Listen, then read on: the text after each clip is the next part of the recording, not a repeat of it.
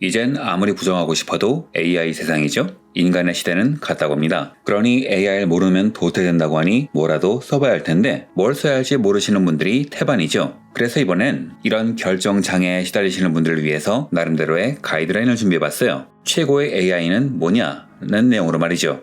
물론 말은 이렇게 했지만 AI는 하루가 멀다 하고 바뀌기 때문에 영상 제작 시 최고의 AI가 영상 공개 시 최고란 법은 없습니다. 하지만 시장 최고가 뭐가 될지 예측 정도는 가능해요. 결론부터 말씀드리면 오픈AI의 챗GPT입니다. 이번엔 그렇게 생각한 이유에 대해서 가볍게 이야기해보려고 해요.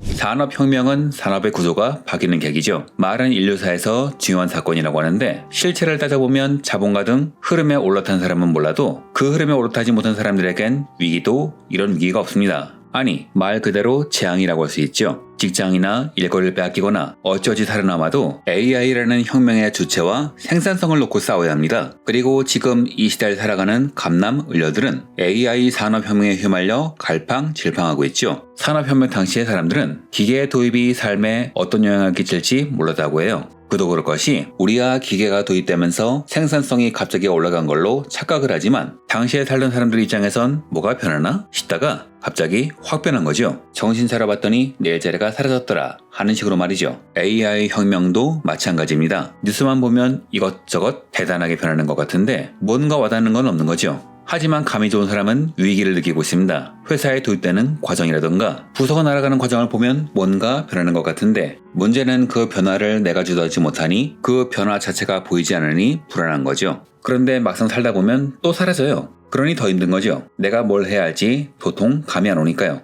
요는 그겁니다. 뒤에서 뭐가 쫓아오는지 보인다면 도망이라도 갈 텐데 뭐가 뒤에서 온다더라 하는 말만 들리니 뭐가 보이지 않으니 뭘 해야 할지 모르는 거죠. 그래서 대부분의 사람들은 AI라는 게 있구나 하고 생각만 합니다. 뭐가 좋다고 써보라고 해도 별 반응이 없었죠. 한 가지 사건이 일어나기 전까지 말이죠.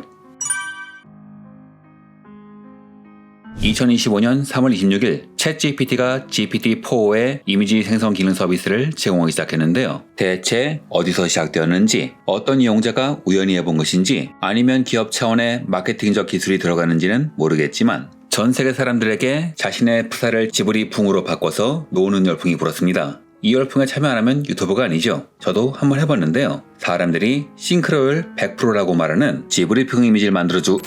여러분, AI에 속으시면 안 됩니다. 이렇게 공개된 이미지 생성 기능은 갑작스럽게 도입돼서 그런지 저작권에 관련된 이슈, 기업 윤리에 관한 이슈 등 여러가지 문제와 얽혀 있는데 이 이야기는 전 영상에서 해봤으니 이번엔 다른 이야기를 해보려고 해요. 지금 당장 AI를 써보고 싶은데 뭘 써야 할지 모르겠다. 또는 현존 최강의 AI 서비스는 무엇인가? 만약 그런 질문을 제가 받는다면 저는 망설임 없이 챗GPT라고 답하겠습니다. 란 말을 하면 수많은 반박을 받겠죠. 정확히 말씀드리면 챗GPT가 최강의 AI 서비스인지는 모르겠어요. AI는 하루가 멀다고 진화하니까요. 다만 시장에서 가장 성장할 서비스, 사람들이 가장 많이 쓸 서비스라면 단연 챗GPT일 겁니다. 왜냐? 여태까지 성공한 수많은 서비스와 공통점이 같기 때문이죠.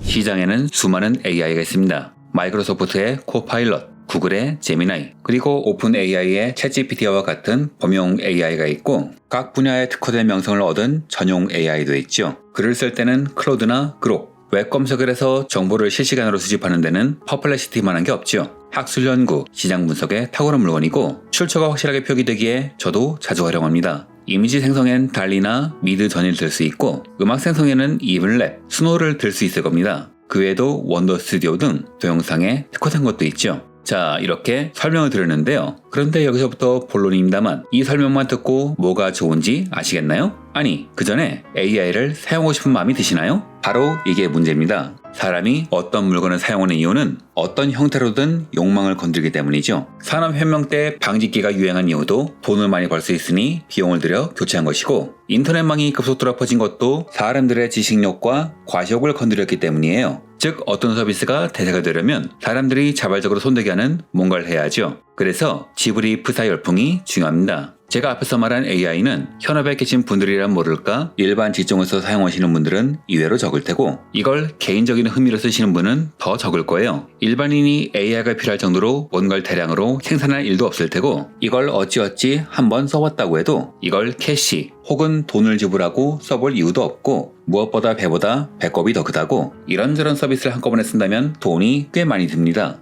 회사가 좋아서 지원을 해준다 모를까 아무리 업무에 필요하다고 해도 일반 회사에 다니는 사람이 쉽게 쓰기는 어렵죠. 하지만 오픈 AI의 챗GPT는 사정이 다릅니다. 만약 AI를 사용해서 글을 써라, 그림을 그려라, 코딩을 해라 하는 이야기는 전문가가 아닌 일반인에겐 굉장히 막연한 이야기일 겁니다. 일상생활 패턴에서 벗어난 변화주란 이야기죠. 사람들에게 패턴에 벗어난 일을 시키는 건 이해로 어려워요. 운동 안 하는 사람에게 건강을 위해서 일주일에 3번 운동을 하라고 하면 이 말을 따르는 사람은 열에 한 명도 안 될 겁니다. 그래서 대학생이 어려운 리포트를 대신 쓰게 한다던가 혹은 생소한 업무 명령을 수행하기 위해서 AI를 쓰긴 하지만 아무 문제도 없는데 AI를 써서 내 삶의 패턴을 바꿔야겠다 하는 사람을 저는 본 적이 없어요. 하지만 챗GPT는 다릅니다. 그렇게 AI를 써보라고 해도 한귀로 흘리던 주변 사람들이 자발적으로 지브리 프사를 만들어서 제게 보내고 있어요. 대체 여기에 무슨 차이가 있는 거냐? 정답은 일과 놀이입니다.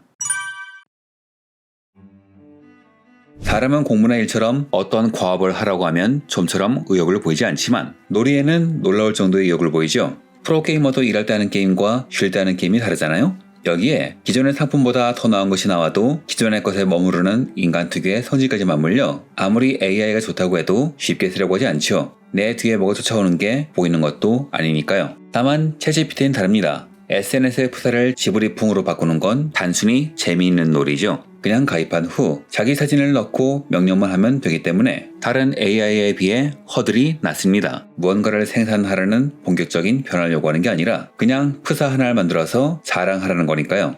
그리고 이렇게 한번 발을 들이면 어느 순간 챗GPT에 익숙해져 버립니다. 그리고 이렇게 사진을 계속 만들다 보면 무료 사용자일 경우 어느 순간 제한이 걸려버리죠. 그런데 이게 만약 글쓰기 AI 등의 전문 분야라면 그 전문 분야가 꼭 필요한 사람이 아니라면 한 번쯤은 생각할 겁니다. 이게 나한테 꼭 필요한 지출인가? 하지만 챗GPT는 다른 AI와 어느 정도 차이가 나는지 객관적으로 파악은 어렵지만 뭐든지 다 할 수 있다는 건 확실합니다. 번역, 작문, 작곡, 그림 그리기 등은 다 할 수 있고 그리고 조금만 머리를 쓰면 여러분으로 갖고 놀 수 있는 범용성 있는 AI죠. 이 일을 하라는 게 아닙니다. 그냥 갖고 놀라는 겁니다. 그리고 이 방식에 익숙해지면 시간 때우기에 이것만큼 좋은 장난감이 없어요. 그리고 업무, 생활에도 도움이 됩니다.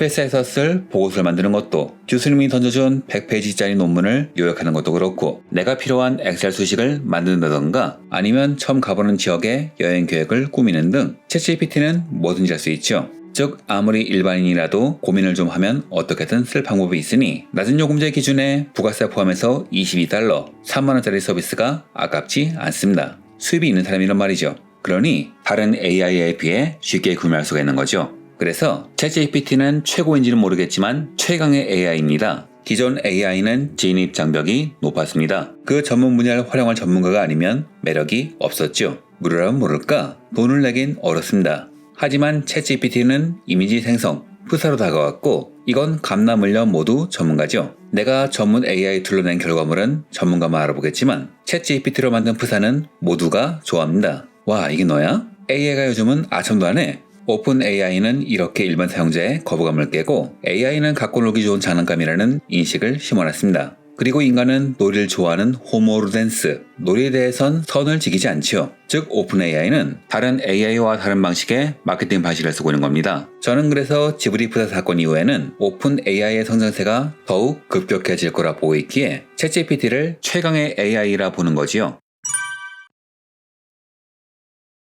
자, 그럼 이런 생각이 들죠? 범용 AI는 챗GPT만이 아니다. 코파일럿, 제미나이도 범용 AI 아니냐? 라고 말이죠. 그런데 이 서비스들은 목적과 서비스의 방식이 다릅니다. 다른 AI가 어떤 형태로의 생산성이 목적이라면 이 서비스들의 목적은 결국 검색입니다. 구글은 구글, 마이크로소프트는 빙을 키우기 위한 서비스죠. 그래서 그런지 사용자의 명령을 검색한 것을 편집하여 제공하는데 아무래도 오염된 데이터가 있을 경우 AI 할루미네이션, 부정확하거나 존재하지 않는 결과를 내는 경우가 많지요. 물론 이것은 챗GPT도 피할 수 없는 거긴 하지만요. 하지만 서비스 방식, 마케팅 방식은 다릅니다. 앞에서 오픈 AI가 마케팅하는 방식이 그렇듯 이들은 소비자 친화적인 판매 방식을 쓰고 있어요. 하지만 제미나이는 다릅니다. 제미나이를 써보신 분들은 아시겠지만 사용하는 업무의 복잡도에 따라 버전이 나뉘어 있으며 유료, 무료 버전이 나뉘어져 있죠. 그리고 각각의 엔진에 따라 결과물이 다릅니다. 전문가 버전은 거의 분석 보고서 같은 결과물이 나오지만 일반 버전은 일반적인 형태의 글로 제공하죠. 물론 구글의 사정은 이해가 가지만 이렇게 나눠 놓으면 전문가란 몰라도 일반 사용자는 자기에게 뭐가 맞는지 공부를 따로 해야 하는데 앞서 말씀드렸듯 전문가가 아니면 이런 고민을 잘 안 하죠. 그래서 제미나이는 한계가 있습니다. 일반인에게 말이죠.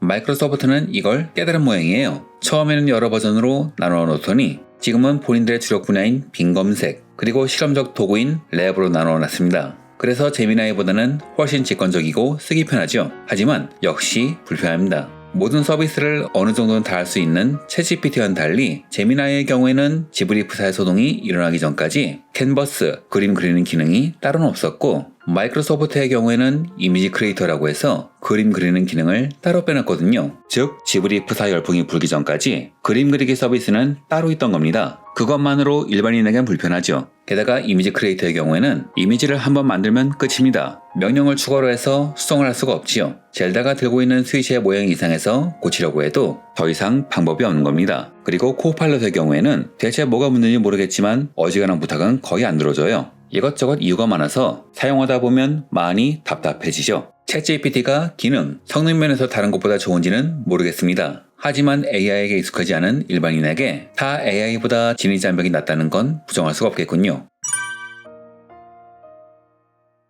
정리해보죠. 각각의 AI는 나름대로의 장점을 갖고 있죠. 그리고 그 장점을 잘 활용할 수 있다면 모두 훌륭한 도구입니다. 하지만 그런 걸 잘 모르는 저 같은 일반 사람에겐 그냥 이것저것 다 해주는 챗GPT가 제일 좋습니다. 마이크로소프트처럼 그림을 그리는데 제약이 많은 것도 아니고 구글처럼 목적에 따라 다른 방식의 AI를 쓰라고 고민시키는 것도 아니죠. 또한 오픈 AI는 챗GPT를 일종의 장난감처럼 판매하고 있어요. 마케팅 방식도 그렇고 서비스 방식도 마찬가지죠. 그리고 사람들은 이런 장난감을 놀이에 쓰면서 AI에 대한 거부감을 없애고 있습니다. 우리가 게임을 하면서 윈도우즈에 익숙해졌듯 일반인들에게 챗GPT는 친숙한 서비스가 되지 않을까. 어쩌면 사람들이 AI를 나의 친구처럼 쓰는 날이 온다면 그런 세상을 만드는 것은 챗GPT가 아닐까 조용히 생각해봅니다. 이상으로 영상을 마칩니다. 시청해주셔서 감사합니다.